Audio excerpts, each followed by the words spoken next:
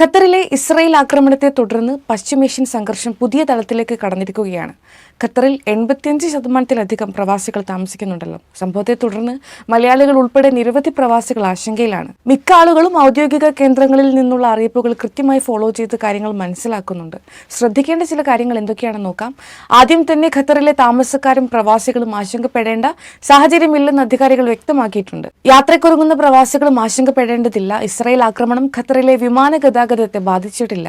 Qatar Airways ഉൾപ്പെടെയുള്ള വിമാന കമ്പനികൾ സേവനങ്ങൾ സാധാരണ നിലയിൽ തുടരുന്നതായി അറിയിച്ചിട്ടുണ്ട്. UAE ഫ്ലൈ ദുബായും സർവീസുകളിൽ മാറ്റമില്ലെന്ന് വ്യക്തമാക്കിയിട്ടുണ്ട്. പ്രവാസികൾ ശ്രദ്ധിക്കേണ്ട ചില നിർദ്ദേശങ്ങൾ: ഔദ്യോഗിക കേന്ദ്രങ്ങളുടെയും എംബസികളുടെയും അറിയിപ്പുകൾ മാത്രം ഫോളോ ചെയ്യുക. വ്യാജ വാർത്തകൾ ഒഴിവാക്കണമെന്ന് പ്രത്യേകം നിർദ്ദേശം നൽകിയിട്ടുണ്ട്.